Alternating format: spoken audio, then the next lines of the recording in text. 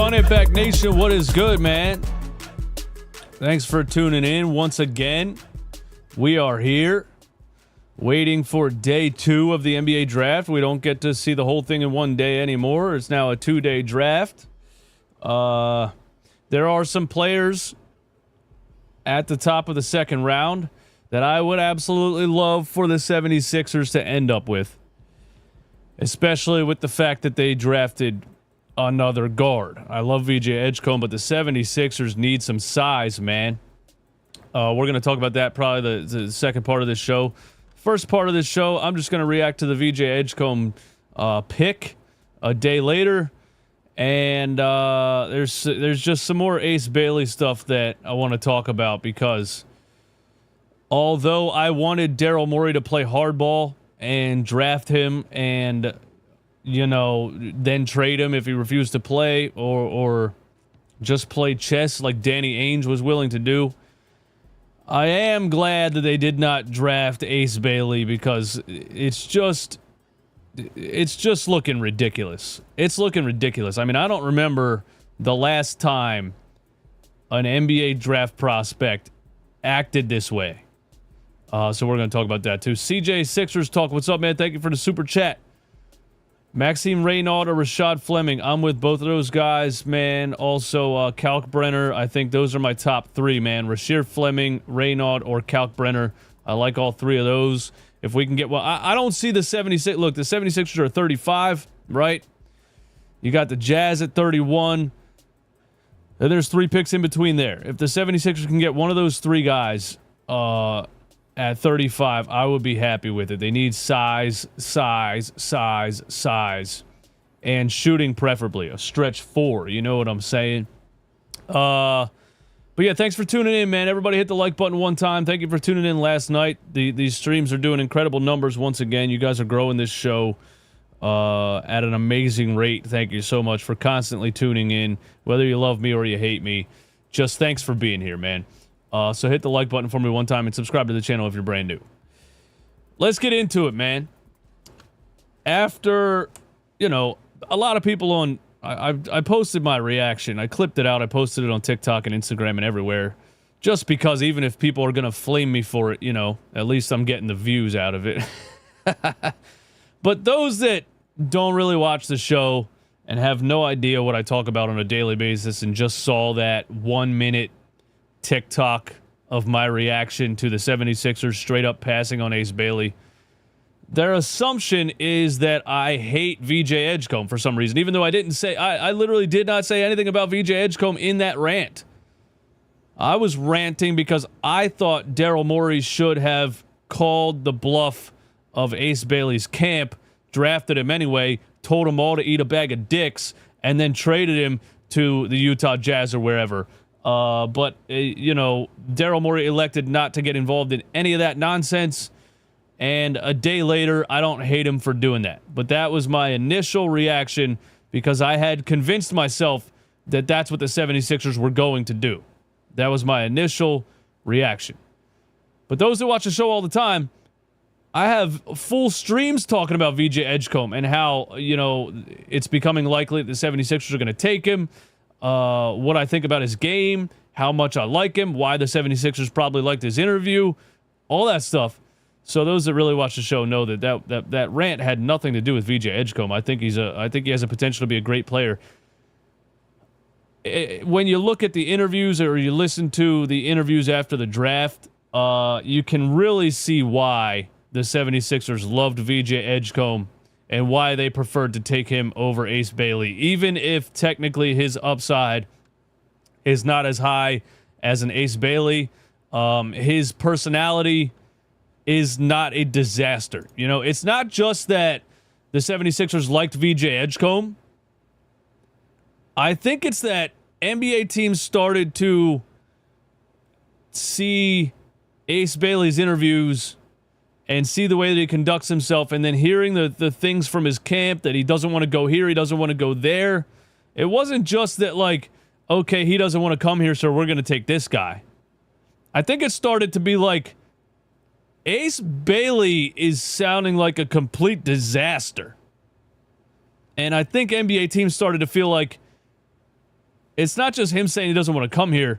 If we draft this dude, it's going to be a disaster. This is a selfish player who, for some reason, has either convinced himself or more likely has been convinced by other people that he is the basketball god's gift to the planet.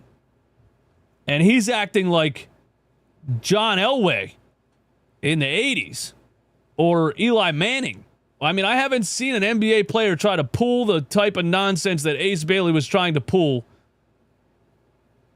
pre-draft probably ever. And then when you think about the fact that he was the only player doing that bullshit, NBA teams were like, yeah, we're good, bro. Like, at least if you're going to act like you're LeBron James, right?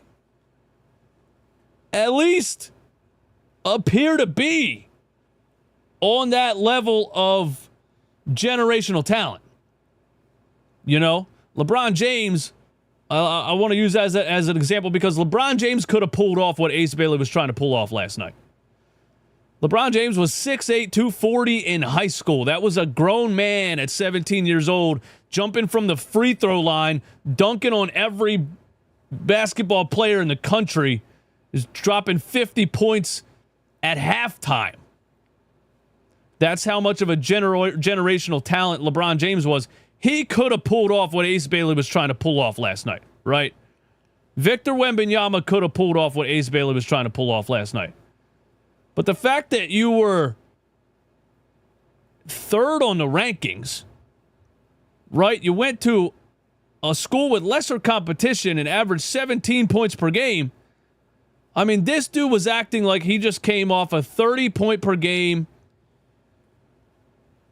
sees NCAA championship season.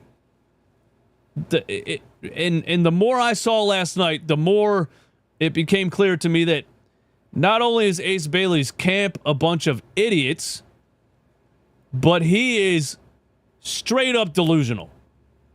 And that's why the 76ers stayed away from him, and that's why they love VJ Edgecombe. And here is VJ Edgecombe's a clip from his interview last night. If people haven't seen it, I want you to hear this because it's incredible.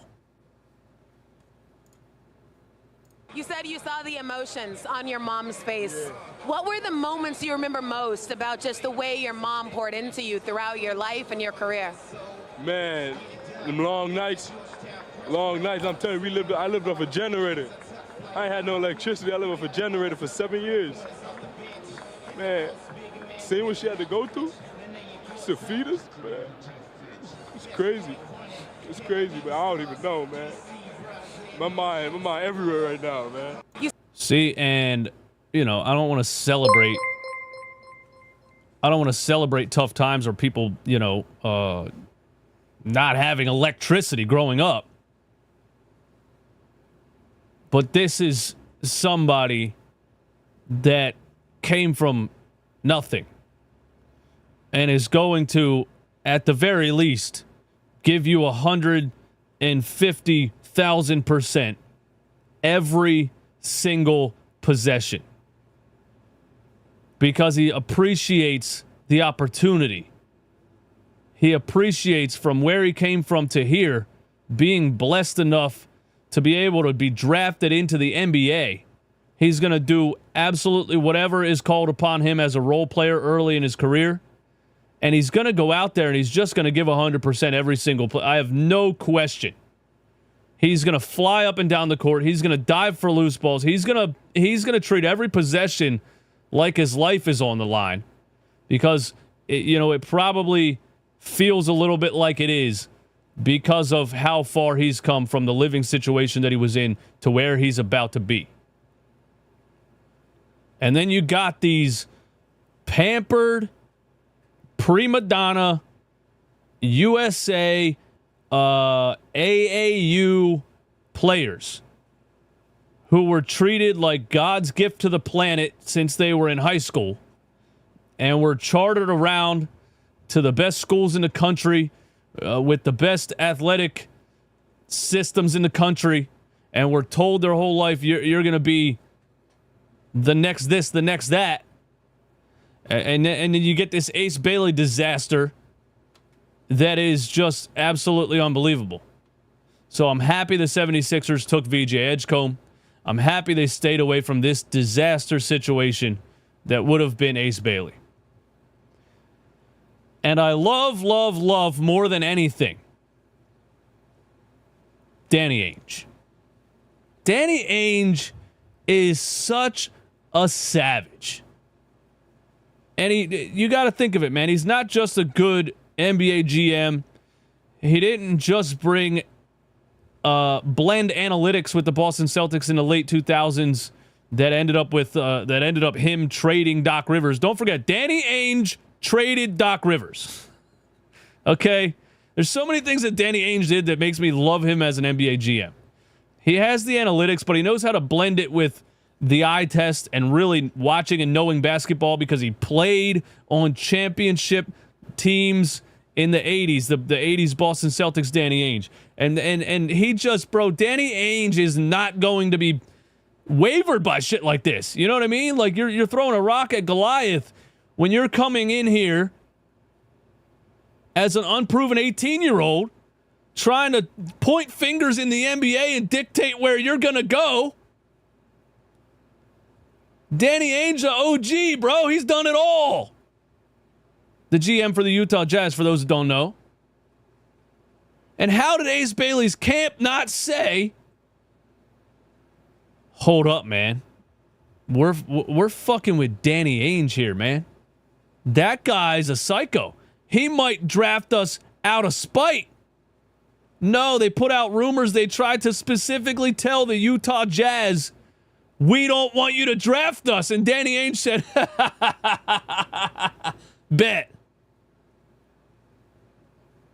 And somebody made a good point last night that Danny Ainge has a lot more time to play with than Daryl Morey does. Daryl Morey, if he was in Danny Ainge's situation, he might have done what Danny Ainge did, but Daryl Morey also has, is trying to prove that this Paul George, Joel Embiid thing can work. So while he was trying to draft the highest upside, he also wants to draft a player that's going to help right away. And bringing in this Ace Bailey disaster would have probably looked negatively on Daryl Morey when it inevitably is a disaster for like 2 or 3 years that it's going to be. So I understand why Daryl Morey wanted nothing to do with it, because he's focused on the team and trying to fix the team right now for his own job. And Danny Ainge over there in Utah still collecting draft picks and said, you know what? I got time to waste. And a player as valuable as Ace Bailey, with his upside, I'm not letting him go past just because he's telling me he doesn't want to be here. So Danny Ainge straight up drafts him. That is just such a savage move, and I think Danny Ainge did a service to the future of the NBA by selecting Ace Bailey there. Let these delusional, self-righteous kids and their camp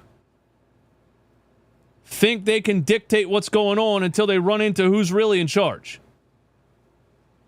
I think this is a message sent to future high prospects. You're a high prospect, but you don't make the rules. Now you're in a damn state that doesn't even sell alcohol. Not saying he wanted to drink. I'm just saying that's a boring state, dude. Ain't no nightclubs in Utah. All you got is cows and Mormons, bro. Have a blast, Ace Bailey. You know, you could have came in, you could have done what you were supposed to do, and you could have played a really good role on the Philadelphia 76ers with Tyrese Maxey and Jared McCain. And you could have focused on winning and being a team player, and you could have ended up in a great situation. Now you're over in the tanking Utah Jazz in the middle of, I don't know, the middle of the country, man. Your neighbors are farmers. Have a blast, dude. Here's what Ace Bailey said after he was drafted by the Utah Jazz. the buildup in your draft process. You know, you seem pretty happy to me to be going to Utah. What do you say to people that maybe just don't believe that? I mean, I can control what I control, so how they feel. But to my team and me, me focusing on the basketball and them doing what they're doing, so it happens. It happens. That's crazy. And the way that he constantly talks about my team, bro, he talks about his team like he produced an album. You know what I mean? Like, I gotta thank all my producers, all my ghostwriters. Why does he always talk about his team? Like, they act like he's Drake or something, man. I'm focused on basketball. You guys do your thing, you know, and my team's gonna do what they do. Again, did your team do it? Your team got you to Utah. Just an unfathomable level of delusion from Ace Bailey. It's sad, but I think that he is. I think that he's been a little bit brainwashed by being treated like the next Michael Jordan by everybody around him as a young kid, and now he gets a dose of reality. And I think Danny Ainge did the NBA a service. I really do. Now, my question is, with the Sixers drafting VJ Edgecombe, do they have too many guards? That's the question. That's what everyone's talking about now. You know, my initial reaction was they do have too many guards. But it can work if the 76ers get some more size here in the second round and focus on youth and size in the offseason. It can work. Shout out to Matt L. Thank you for the super chat, man. My thing is VJ is he's not a position of need, so that should make you feel great about Morey going best player available. That's what most of the fans wanted. Yeah, I mean, I don't think VJ Edgecombe was the best player available. Like, Ace Bailey being an asshole doesn't mean he wasn't the best player available. I think VJ was a safer pick, and if you brought him to Philly, it probably would have been a disaster, and that would have looked terrible in Daryl Morey's name. But Ace Bailey still has incredible upside. Again, I'm not going to act like they ruined his career, but he needed a dose of reality, and I think that Ace Bailey needs to get his camp far away from him, and I think he needs to grow and mature and understand what real life is, and he can be a really, really good basketball player. But this is not a good look to start your NBA career like this. I can't believe that he came out like this. Yeah, I don't understand it, man. I really don't. VJ's ceiling is Anthony Edwards and D. Wade hybrid with a Jalen Hurts mentality, win at all costs. Watch when he bulks up and gets with Maxey and Embiid's trainer. Shout out to Shizzo Flex. Thank you for the super chat. Yeah, I think I said a month ago, I think VJ Edgecombe's ceiling is Anthony Edwards. I'm not saying he's going to get to that. Now, if Cooper Flagg and Dylan Harper weren't in this draft, VJ Edgecombe might have been a number 1 overall pick. And, you know, people say, well, Anthony Edwards was a number 1 overall pick. How deep was the draft? You know what I mean? So I like that for a ceiling for VJ Edgecombe. I don't want to put that pressure on him. I think his ceiling is Jimmy Butler, to be honest with you. I think his ceiling is Jimmy Butler. I think his ceiling is a very athletic, high energy, high basketball IQ, like glue guy, I think. But yeah, you know, he was listed at 180. They said that he bulked up to 195. They said he was 195 at the combine. So that's good, you know. 6'5", 195. You would like him to be like 210, 215 when he's fully developed. But I think there's a ton of upside with VJ Edgecombe, and I am glad that we avoided that Ace Bailey disaster, because I mean that not even Ben Simmons was acting like that at the NBA draft. You know, this might be Ace Bailey might take the cake with this the stuff that he pulled last night. Grimes isn't a definite, and McCain is a mystery after injury. We have 2 healthy signed guards. Not too many guards. Love the show. Lion Fighter X, thank you for the super chat. Yeah, Grimes isn't a definite. We don't know what's going to happen with him. We're going to find out, I believe, in a couple of days when free agency starts. The Sixers can match any offer, but do they want to, depending on how high the offer is? And, I mean, I'm not going to say McCain is a question mark after injury. I fully expect Jared McCain to come back and continue to do exactly what he was doing. It was a meniscus tear. It wasn't an ACL, MCL.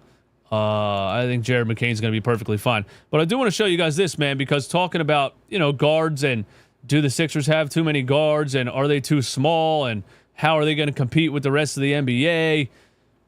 It's not that crazy when you look at it.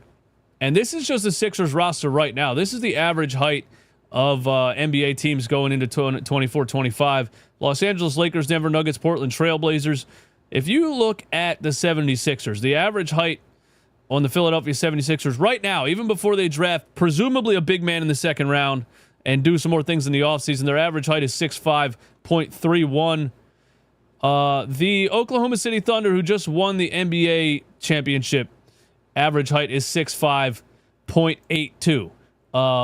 So, the Thunder average height is around 6'5", 6'6", and the 76ers average height is around 6'5". Now, it helps when you have a point guard who is 6'6" and can also play the defensive side of the ball. It also helps to have, Lou Dort and Alex Caruso and those guys playing defense. It helps to be really, really good defensively if your team's going to be 6'5". And the 76ers the past couple of years have been flat out pathetic defensively. But I just wanted to throw that out there that the overall average size of the team isn't that it's not that crazy. It's not that crazy. With a couple of added pieces, I think the 76ers can compete, especially, we're going to say it again, if Joel Embiid is healthy. Richie MC, what's up, man? Does Andre Drummond return to the Sixers? If it's up to Andre Drummond, he returns to the Sixers. I don't know if you were in a stream when I showed where I tweeted Andre Drummond and he replied to me and he said he's going to come back better than ever. I think Andre Drummond's a little bit washed, but he has a player option that's worth more money than any NBA team's going to offer him, so he's going to accept this player option. Kelly Oubre, Andre Drummond, and Eric Gordon all have player options that they're going to buy into for the money. No other NBA team is going to offer them that money at this point. I think you have to trade Andre Drummond and Eric Gordon both. I think you have to. They have to opt into their player option, and you have to trade them, or you have to promise them. I don't want Andre Drummond back, bro. I don't think he brought anything to the 76ers at all last year. I don't think he helped any of our major issues, which was like size and athleticism. I mean, Andre Drummond has incredible size, but he moves like his feet are strapped to cinder blocks. You know what I mean? I don't want Andre Drummond back, man. He's a nice guy, but I want the Sixers to move on, and I think they're going to have to sign and trade, opt in and trade, or whatever, man. Thank you all for being here. We're going to get into what I think the 76ers should do in the second round here. 487 people in here. You guys are the best. Hit the like button for me one time if you have not already. And throw your takes in the chat. Shout out to all the members. I try to give the members first dibs on chat comments in the chat. Shout out Alex. Shout out Pope Platinum Beach. Shout out all the other members in here. Pope Platinum, what's up, man? People saying the Sixers had enough guard. Who? Lowry, Reggie Jackson, Jeff Doughton, Eric Gordon, Ricky Council. Yeah, I think we're talking about Tyrese Maxey, Jared McCain, and Quentin Grimes, and now VJ Edgecombe. I don't think we're really talking about Lowry, Reggie Jackson, Jeff Doughton, or Eric Gordon. I want all of those guys gone. Ricky Council's a 6'6" wing who can't shoot also. I'm not really interested in Ricky Council anymore either. Thank you for the super chat, Pope. All right, let's get into it, man. 76ers best remaining second round targets. And you guys throw in the chat, who you want the 76ers to take in the second round. They are at pick 35. The Utah Jazz have pick 31. Here is from Sixer Daily on Twitter and Instagram, who he thinks the 76ers best options are in the second round. We should be going big man straight up. But I think the 76ers need to go big man who can shoot. And right off the bat, man, Rasheer Fleming, I think, is the best player in this second round. I thought he was going to go late first round. He did not. If Rasheer Fleming falls to the 76ers, they got to take him. 6'8", 220-pound forward. Where's he at? Rasheer Fleming is a legitimate, like, modern-day NBA 3-and-D big man. You know, and that's just... Rasheer Fleming is exactly what the 76ers need. And if you haven't watched any of Rasheer Fleming, I wish I could show you some of the clips on YouTube, but I can't because they'll take my stream down and suspend me right away for copyright. But Rasheer Fleming has size, athleticism, physicality. He's quick on his feet for his size. He's 6'9", where's he at? He's 6'9", 240. And kind of moves like a guard. 6'9", 240. Kind of moves like a guard. Right? Can protect the rim a little bit with his size and athleticism. But he has this catch and shoot ability that is so rare. You know, he's almost the size of a Dembona, and we would love for a Dembona to develop a three-point shot, right? Rasheer Fleming is 6'9", 240 and has that three-point shot. He shot 39% last year at St. Joe's on 6 attempts per game. I just had the stats a little while ago, and I forgot the exact number. He shot 39% from 3 last season on 4.5 attempts at 6'9", 240. So he brings everything you want from a big man, but he has a shooting ability, and he has beautiful form. He has a quick trigger, catch and shoot. Rasheer Fleming is the guy for me if he falls to number 35. And he has a 7'5" wingspan. Shout out Anthony in the chat. Rasheer Fleming, it's easy for me if he falls to 35. I don't know why he would fall to 35. I don't even really know why he fell to the second round. If I'm the Utah Jazz at 31, I'd probably take Rasheer Fleming right off rip, and that's what this mock draft has. But I've seen another mock draft that has the Utah Jazz taking... damn, I looked up the pronunciation earlier. Adu Thiero. I saw another mock draft that had the Utah Jazz taking Thiero at number 31. I would love for that to happen. Now, this ESPN mock draft right here has the 76ers taking Tyrese Proctor. And I don't know, maybe this draft was made before the first round happened. Because with the 76ers drafting VJ Edgecombe, there's zero chance they draft a guard in the second round. If the 76ers draft another guard in the second round, I'm going to quit watching basketball forever.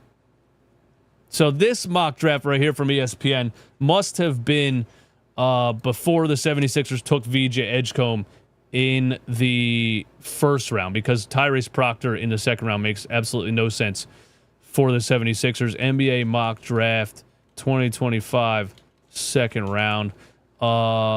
Maybe we can get an AI. Maybe we can get an AI mock draft, man. Putting this all together. All right.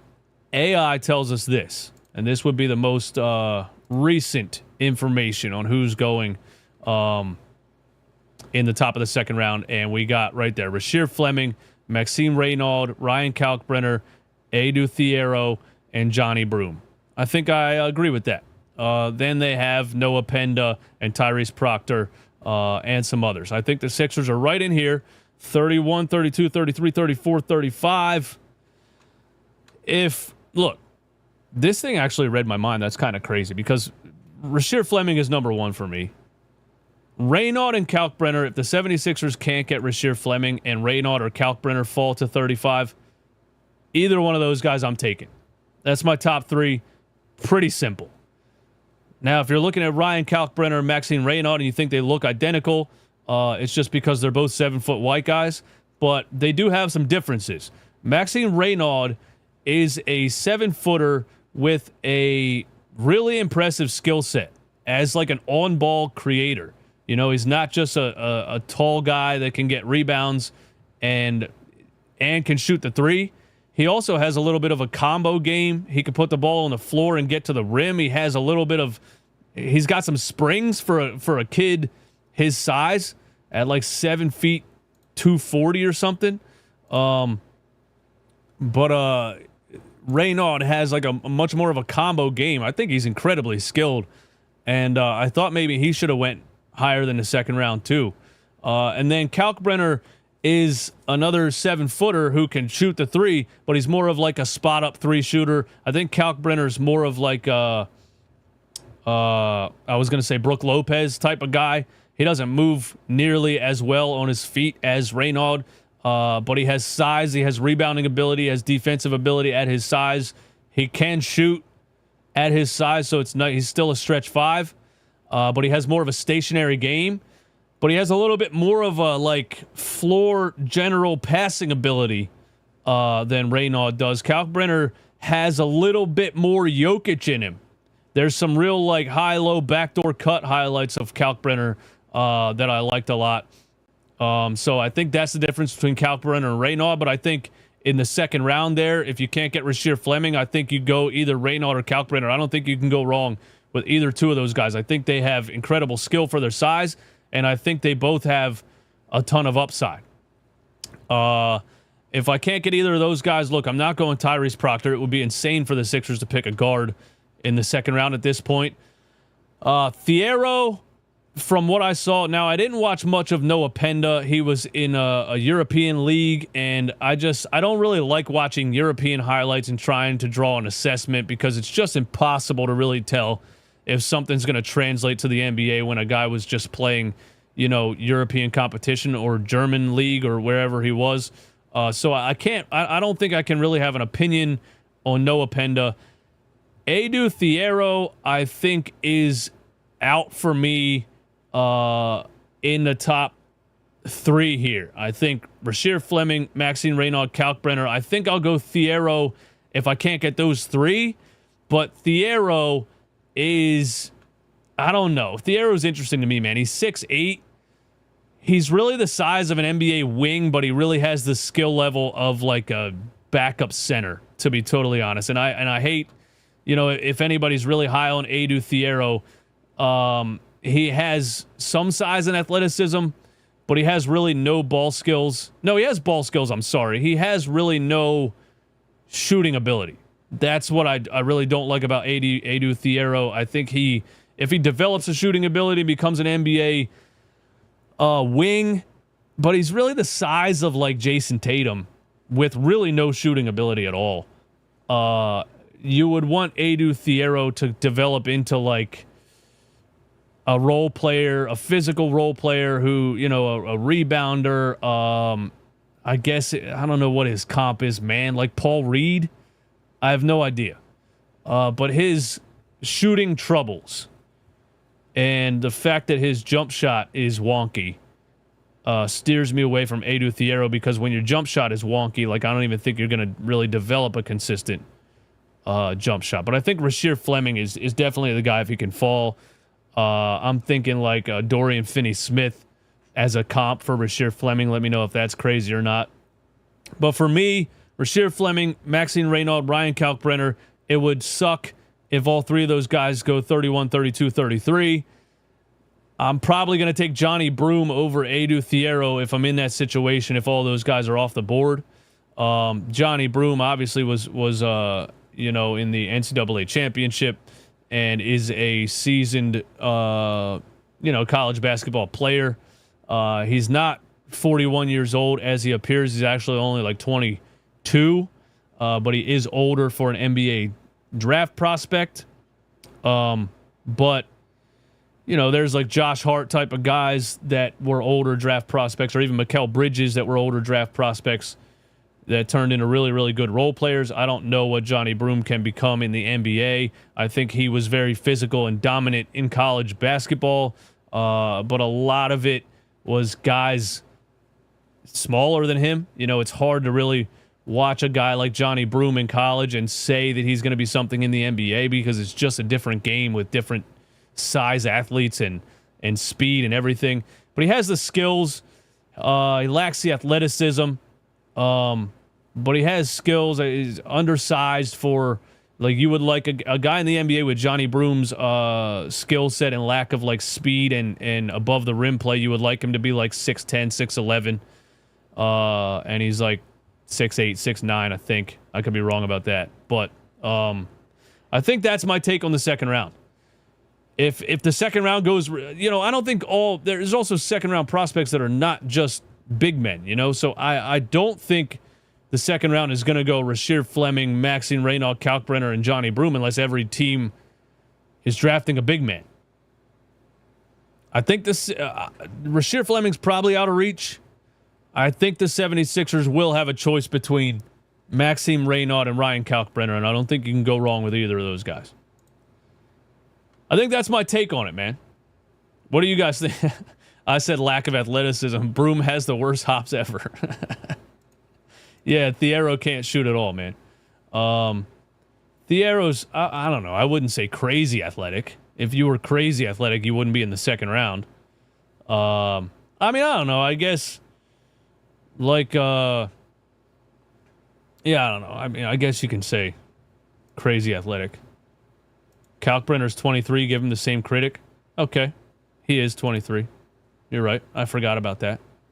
I would give the Jazz a 2029 pick swap and pick 35 for 31 so we can get Fleming. He's perfect for what we need. I agree, but not if the Jazz want Fleming. You know what I mean?